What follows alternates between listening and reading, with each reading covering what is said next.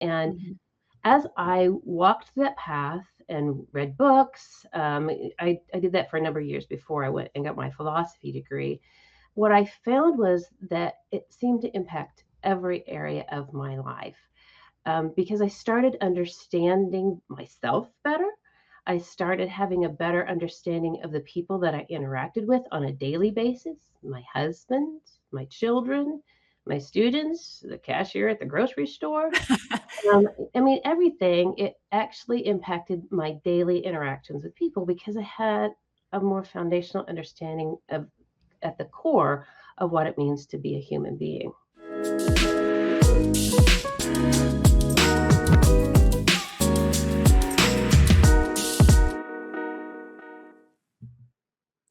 Welcome to Voices of WIA, a podcast by Women in Apologetics that features interviews with female Christian apologists to encourage women like you to know the reasons for your hope in Christ.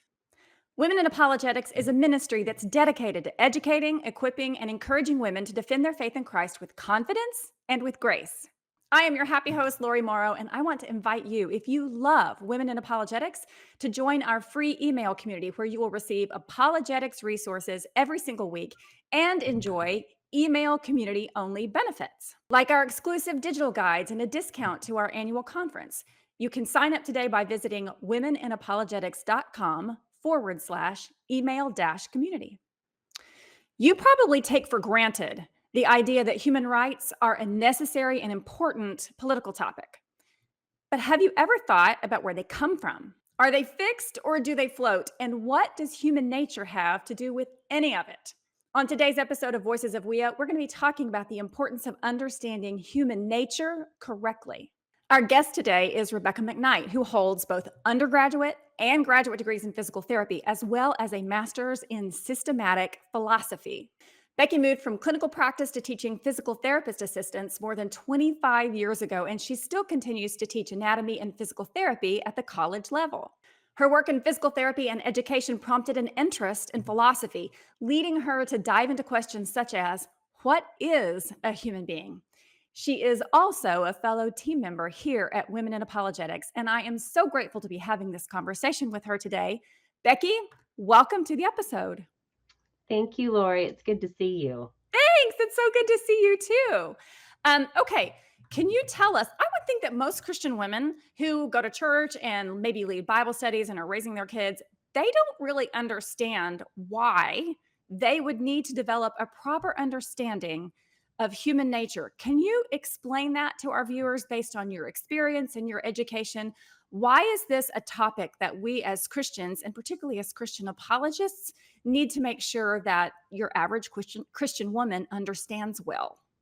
Sure, Lori. I think maybe to help open the topic, it might help to talk about my background. You mentioned that I'm a physical therapist, I'm in education, and how those things actually brought me to be interested in the question. Okay. So, when I first went to PT school and I got to learn about all of these really interesting strategies and interventions and ways to help people. And as I was learning all of these interventions, I realized that they were very much focused, and seemed rightfully so, on what I, as a clinician, could do Hmm. to my patients to facilitate their healing and Yeah. recovery. But I started kind of thinking about it, and I recognized that all of there was this underlying assumption about what it meant to be a human, what my patients were, but it was really implicit. It wasn't explicit, and it seemed to be guided by what I would now say is a materialistic worldview. Hmm. And so I started kind of questioning all those years ago. So would it be different with these interventions, with these strategies? Would I need to take a different method if I had a different understanding of what it is to be a human being? So that kind of got my mind percolating on that question, and not just what it means to be a human being, but what are the implications of that for me as a physical therapist? And then as I got into teaching, I had to learn a whole new set of theories, learning theories. So there's a strong emphasis again on what I was supposed to do as a teacher and how I was supposed to design my instructional strategies and even my classroom to help facilitate the learning of my students. And I noticed that was the same kind of question that kind of came up. I'm like, there's this huge focus on what I should be able to do to these people that were in front of me. And it just seemed to be that nobody was really looking at a more foundational question that I thought was important to those theories of what are my students to begin with and what do they bring to Mhm. this experience as well. So I I really started kind of again realizing that this is an important question. And I started kind of, that was one of the things that led me to go into studying philosophy and really trying to look into what it means to be a human. And Mhm. as I walked that path and read books, I did that for a number of years before I went and got my philosophy degree. What I found was that it seemed to impact every area of my life because I started understanding myself better.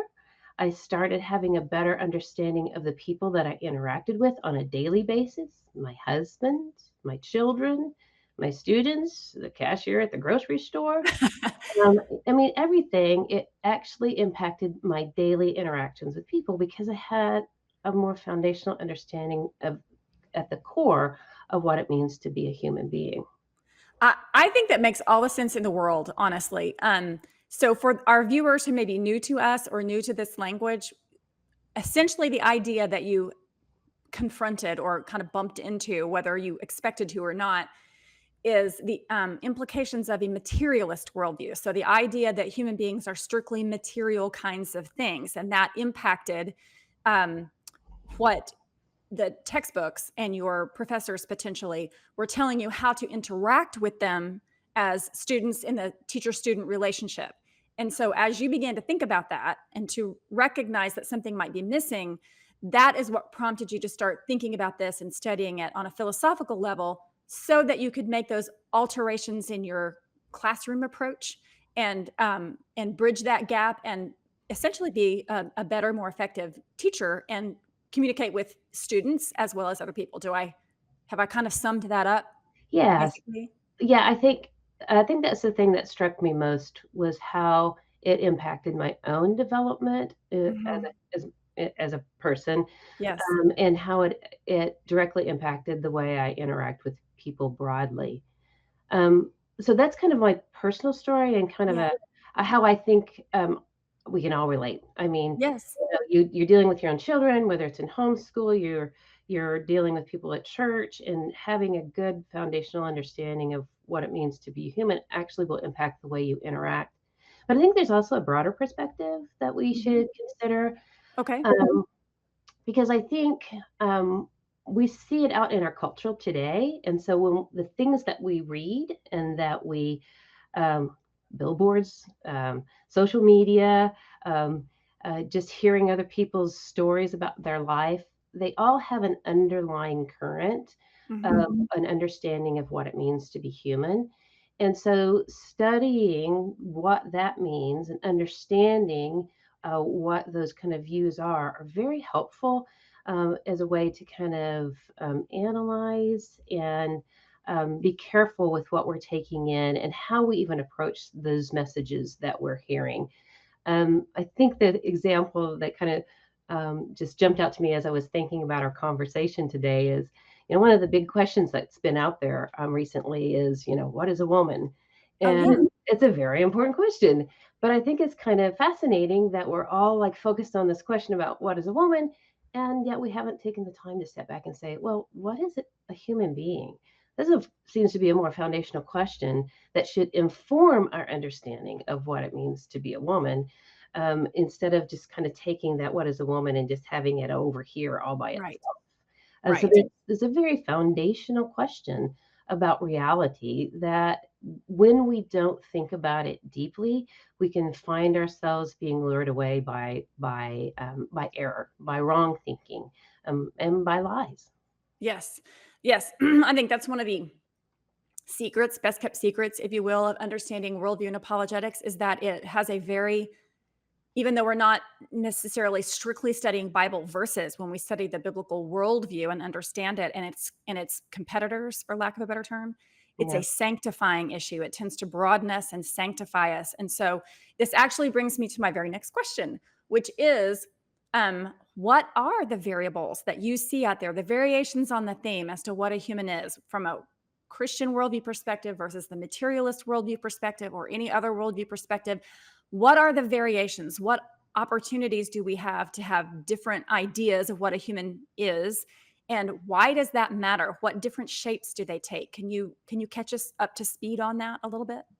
Sure. So, this is where my geeky side might show up a little bit.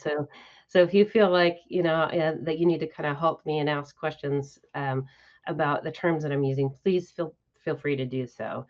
Um, I think it might help if we kind of start with those philosophical views. Okay. Um, I know that sometimes the term philosophy can be kind of scary, but it's really just our understanding of reality. It's just simply the way we look at what we think about the way things really are.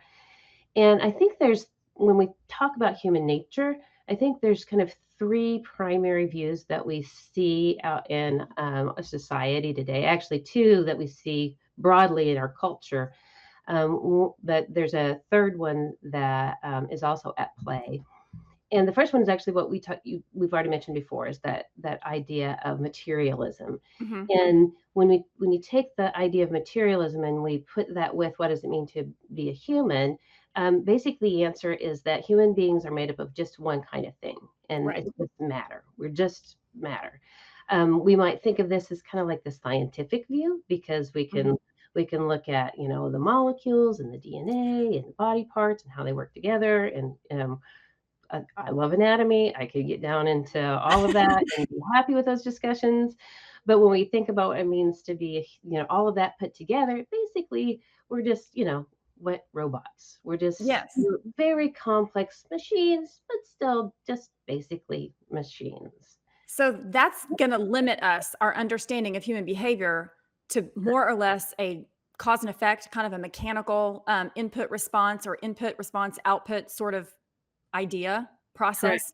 Yes. Okay. Yeah, so and that's where if we see that happen in society, then all of our answers are just how do we, what inputs do we give again as a physical therapist? In what way do I, put my hands on the body to help facilitate different movements, or Right. how do I use this particular machine to affect the tissues? And what variation of movements should I try to be focusing on to help somebody? It's all about or and the environment. How do we Yeah. structure the environment? But it leaves out that there's any agency. There is no Yeah. agency. There's no Yeah. such thing as agency. Right. The individual I'm working with has no agency. They're just passive recipients of whatever happens to them. Yes. And it also kind of cuts off what most of us think of when we think about ourselves as Yeah. human beings and as a person. Because really, what it says, materialist view says that our thoughts, our feelings, our sense of self, what most people call our consciousness, that it's nothing more than just biochemical processes in the brain. Yes. It's just neurons firing. Yes. And neuroscience is one of my favorite topics. So again, that's a lot of fun. We can talk Mine about too. that. But honestly, I know that I'm more than just neurons firing in my brain. There's something more that's there. Yeah. But that's all the materialist view can give us. Yes. I'm so glad you said that. I think you articulated that really well because that was going to be one of my clarifying questions is um, according to the materialist view, there's nothing that limits that input output kind of mechanical response to just physical things that will also hold true in our thinking and our moral decisions and our intellect and our personality. That's going to be a mechanistic kind of process as opposed to, like you said, a passive mechanistic response process that's dependent on those inputs rather than seeing ourselves as being able to think and weigh and make conclusions and act on those conclusions. Yes? Yes, and what I find fascinating is there's a famous atheist, Daniel Dennett. He was in he was a neurocognitive study, so he studied consciousness. He was deep into that, and if and I've actually listened to some of his. I read a little bit of him, but I've actually listened to some interviews with him, And here we have this man who, again, PhD, he passed away last year, but for Mm. the big, most of his entire career was around studying this, the brain and the mind and consciousness. And basically he's still sticking to his materialistic viewpoint, still thinks that all of those things, beliefs, are under what we think of as our understanding of reality, are all just illusions Mhm. that our brain just kind of seems to somehow cook up inside of us. So I'm like, so here he is trying to present his views as reality, but and he's actually said, but they aren't really real. It's just neurons firing in his brain. So I find it interesting that he thinks that anybody should take that viewpoint seriously when it's just neurons firing. I I'm just baffled by that thought. Yes, I would totally agree because, um, I think where we need to go next is if we compare that to the Christian worldview, what that basically says is things that are of really serious importance, like love, compassion, justice, our idea of what politics should look like, all those things are just individual byproducts of DNA and our environment. And they don't really mean anything. There's nothing standardized. There's nothing that we can all kind of subscribe to or agree or adhere to. It's all different and it's all random and it's all individual. And that affects some really important things. And the Christian worldview, by the way, and the important things that it connects, they're not insignificant, No, right? I mean, these no, are not insignificant questions. If a husband and wife or a parent and child says, "I love you," that's supposed to mean something more than like I love the phrase that you used, something more than my brain is just cooking up at the moment because correct. all of the neurons are in this particular alignment. Yeah, my So, neurons are happy, so I'm happy. Yeah. yes, exactly, exactly. If you've been impacted by Voices of WIA or any of the resources that we provide, would you consider partnering with us through a monthly gift? Your support helps us continue this very vital work and reach even more women with the tools that they need to stand firm in their faith. I personally support WIA because there aren't enough women's ministries that keep the focus on truth, and I'd love for you to join me by visiting womeninapologetics.com/donate. Yeah. And so, can you contrast that a little bit with the Christian worldview and why this is so important? Why these things become important that we would recognize when someone is maybe operating out of materialist worldview versus a Christian worldview? I can, but I was wondering if I could first go to another viewpoint that Oh, is sure, common in society today, sure. because many people, materialism kind of won the day for a long time. Yes, it And, did. It has. but then people kind of came, they saw the problems with that. Yes. We lose all everything that's really valuable. We just have to kind of chuck out as being illusory. And so most of society says, well, that just can't be right. So what kind of came around is what we would think of as more of a postmodern view. So Okay. modern view says, all right, materialism doesn't cut it. Postmodern view then kind of brings in a little bit of a dualistic view, but it's kind of a split dualism. And when we're talking about what that means for what is a human, that would be called, in philosophy, we call that a Cartesian dualism. And this is basically what I think, my opinion, listening to people, is probably what most people hold to today. And quite honestly, I think even a lot of Christians hold to this Hmm. Cartesian dualist view, Okay. because it's kind of the air we breathe. It's in our society. And so you see that term dualism. So it recognizes that there's more than just one thing. It's more than just a matter. So they do recognize a soul. They wouldn't necessarily, everybody would necessarily call it a soul, but there's a Okay. material body, I'm here, but there's also something that's immaterial that's also Mhm. here. And in this Cartesian dualism view, it's actually that non-material part that's the real part. I mean, yes, the physical body is real, but we're talking about me. I am this immaterial part, and I just kind of like inhabit the body. So it's like this is the house I live in. This is the car I drive. This is the body I'm walking around in. So it's more like, it's more like a driver of a car, or this, we've just kind of like put ourselves in this physical container, and we get to kind of maneuver it around. So it'd be kind of like if we were to um, you know have to go up to the moon and or down deep into the ocean, and we have to have some kind of mechanism to maneuver in there. So the thing that we're in isn't us. Us is just a person. So in that view, we get this really kind of, well, most people like to put a high view on the self and Mhm. kind of a lower view on the physical body. So it kind of ends up splitting those two things because our body then becomes this physical instrument that we can just use however we want to. You see people, painting their cars or changing their cars, or you've even seen sometimes they want to get out their aggression, so they just they beat up a car, they totally destroy it, and it's just a car. And so we we end up seeing our bodies as something that we can do whatever we want to, and it really has no implications on who we are on the inside, Right. ourselves or our person. And so it's a real kind of split view. um, and so then that brings me to my third philosophical view, Okay. which is you don't have to be a Christian to hold this view, but it is the one that I think is most consistent with a Christian worldview. And it's what is called, the philosophical term is substance dualism. Mhm. And so you see that dual word again. So that means there's an acknowledgement of that we've got this material thing that we call the body, or if we're thinking about, most people think about consciousness itself, we think about the brain, but they have this immaterial part too. It's the soul or the mind.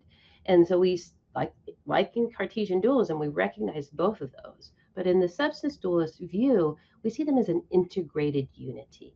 Yes. Nancy Pearcey calls it the integrated psychophysical unity. So you've got that psychological part, you got that physical part, and we're actually unified. Or maybe more people may have heard the term embodied souls. Mhm. So we're not simply a soul, and we're not just a body, we're embodied soul. And so that our body is actually integral to who we are, and that our souls, that immaterial part, actually matter. So there was this two-way relationship with what happens between the body and the soul. So our thoughts can and our the things that we desire and our intentions, the things that we will and work for, can actually have implications for our health and how Mhm. we act in our body. And then the things we do with our physical body can actually impact our thoughts and our desires and our will, and therefore the things that we intentionally decide to do. So there's actually a more holistic and unified understanding of human nature. So from a philosophical viewpoint, that is what I would say are the three basic views. And in my opinion, the last one is the most consistent with the Christian worldview, but I do want to recognize that there are Christians, this is not a salvation question. There are Right. Christians that hold to some form of all of these views. Yes. Necessarily, and I don't bite. I've read them, I've listened to them, and I am not convinced by their arguments. But that doesn't mean that if you think one of these other views seems more rational, that doesn't mean you can't be a Christian. Right. So that brings up a couple of really interesting thoughts as you're speaking. And the first one is that the difference between the Christian worldview of the body and the soul is that they function interdependently and that they're very much equal in value. But the Cartesian dualism, the idea that we have a body and a soul, but they could be divorced from one another, they could be in some sort of competition for one another. Correct. You could value one, they could be out of balance. You could value one much more than the other. And those kinds of things would lead to the things that we're seeing in our society, like transgenderism. If you believe you're one thing on the inside, but your outside doesn't match, it's almost as though your body is a jar that has trapped the soul inside. So Correct. that has some very dark implications. If you want to free the soul from the body, that that's kind of spooky. That's a very dark place to go. And so that things like transgenderism, changing the outside completely to match the inside, whereas the Christian worldview offers a view of the body and soul, if I understand you correctly, where there is not only a unity, but there's agreement between the inside and the outside. So it cancels out some of those issues. So that's part of what we're seeing in society. And the second question that it brings up is something that I think we hit on earlier, but you mentioned it. being saved is a justification issue. But understanding how these things work is a sanctification issue, which is why it's so important that we understand these worldview issues. Exactly, exactly. Tracking with you? Okay. Yes, That's and it really makes a good. difference. It ends the way we understand these worldview issues, the philosophical issues, will impact. Ideas have consequences, right? If you're an Yes. apologist, you've heard Yes. that one before. If Yes. you've been around apologetics at all, that comes up, and they do, and Yes. they have, and they don't just have consequences, in some kind of big global way. They do, but they have consequences for the way we interact on a daily basis with our even with our own selves, the way we view ourselves and understand ourselves. So Yes. um, yeah, so I think having that understanding of those, there's something that you said that brought up another thought, but it has Okay. scattered off. So maybe it'll come back later. I don't. Okay. You see it floating around, tell me, and I'll try to grab it. But yeah, so I think those are the perspectives. There. Oh, I know what it was. You were talking about transgenderism, Oh, yes. and that is, I think, probably one of the clearest perspective issues. I say, in our modern society, that kind of helps us kind of see this dualism, this dichotomy. But I want to bring it a little closer to home Okay. to us because I think what uh, might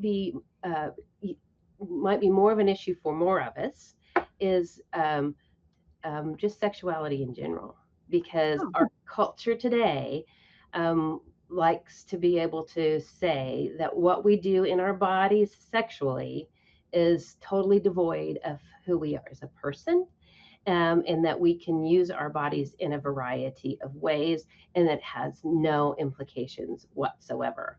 And so the dualist view, this understanding of this integrated view of the body, actually says that's not really the case.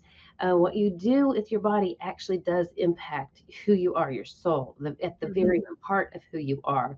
And interestingly enough, science is now supporting and giving some evidence that the things that we do sexually actually do impact our bodies and our minds, and they actually then impact our feelings and our emotions and how we interact with different people. So I always I'm not surprised. I'm always kind of giddy when I see something in science, and I'm like, I think somewhere along the line somebody said something about that before.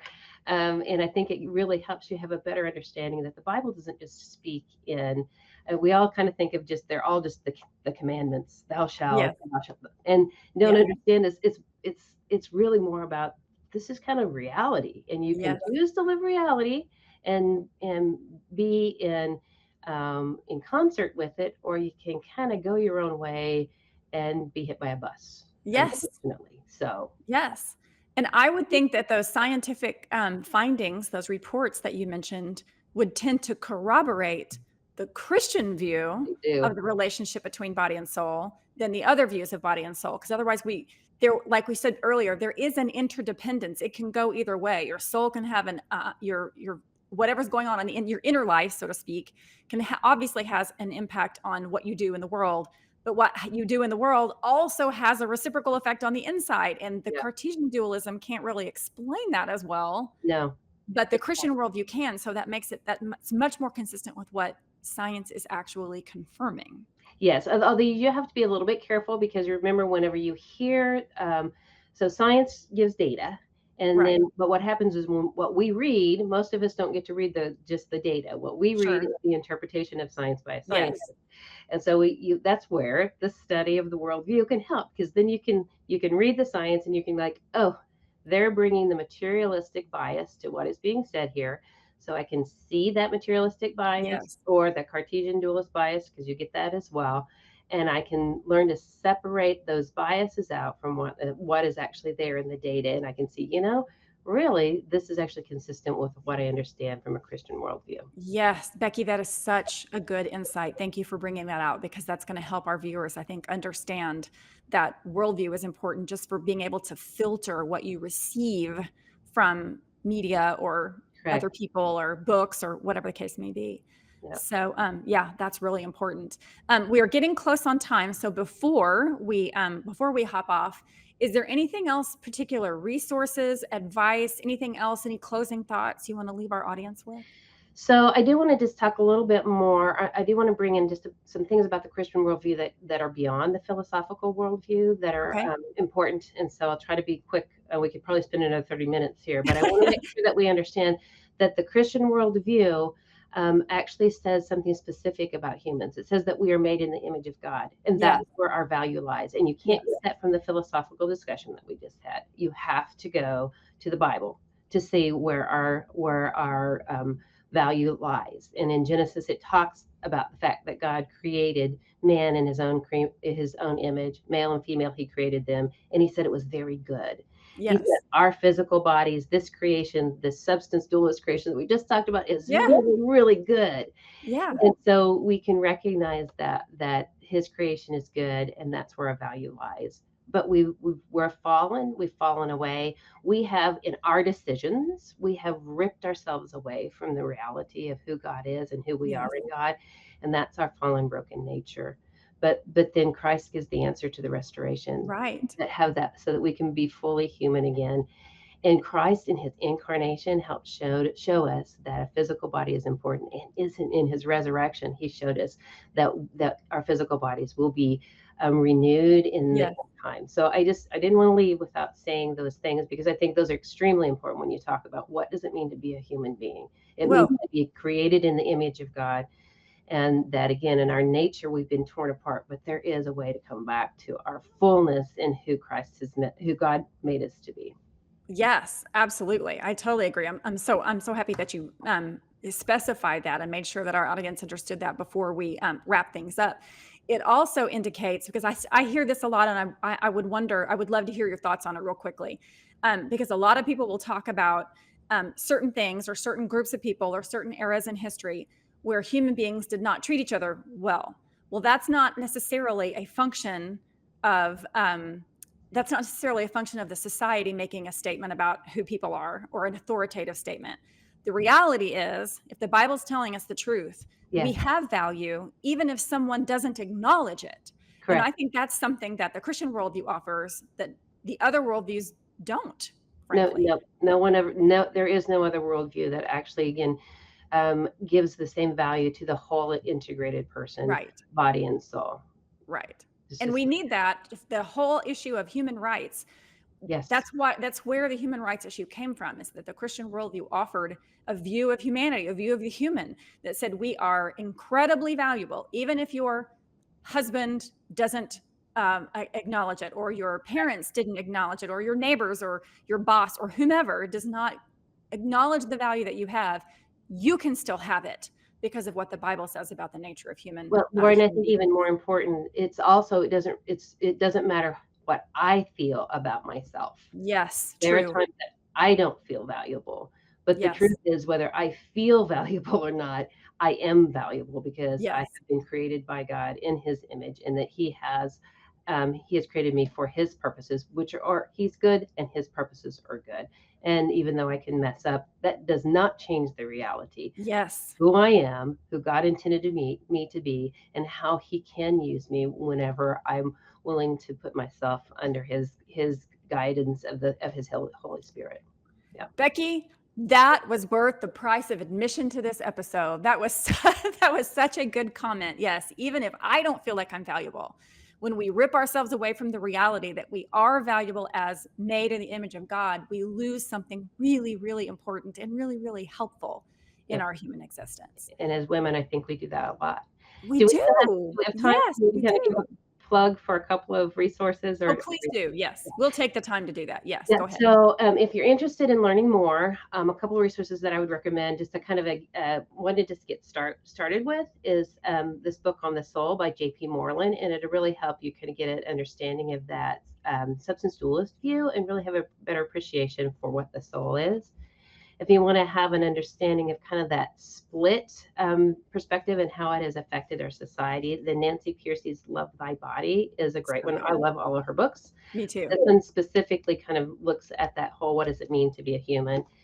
And if you're a little more on the geeky side and you like to really dig deep down, if you go to William Lane Craig's, not the Reasonable Faith, but his other one. Oh, sorry, my brain is forgetting which one it is. But he has the whole series on the doctrine of man that really gets into a lot deeper. So that is a great way for those that really like to dig deep. So those would Would be it would it be my. On Guard? Is it On No, Guard? I actually am talking about his podcast. Oh, I Or see. Okay. yeah, Okay. yeah, yeah, is his podcast. I mean, Okay. he does have information. If you like to get really big chunky books, it's in one of those. But just if you're just looking at what he wants, the Doctrine of Man, his podcast is the place to go. Okay. Excellent. Yeah. Well, I'm tickled. I'm so excited that you were here today. I think this conversation is so good and so helpful. And I'm so grateful that you came by today. If you are watching and you want to talk to Becky or get in touch with Becky, she is a member. I think I mentioned this in the opening. She is a member of our WIA team. So all you have to do is get in touch with us at our website and we can help you get in touch with Becky. So in the meantime, Becky, thank you. This was a rich and deep conversation. Thank you very much for taking time today You're to come in and visit with us. You're welcome, Lori. It was great to see you again. You as well. So if you're not already aware, WIA has so many valuable resources for you: articles, videos, social media posts, quick guides, ebooks, courses, events, local meetups, merchandise, and a whole lot more. So to see what we have available for you, please visit our website at womeninapologetics.com. So thank you so much from all of us today at the WIA team. Thank you for joining us, and we hope to see you again next time in the next video.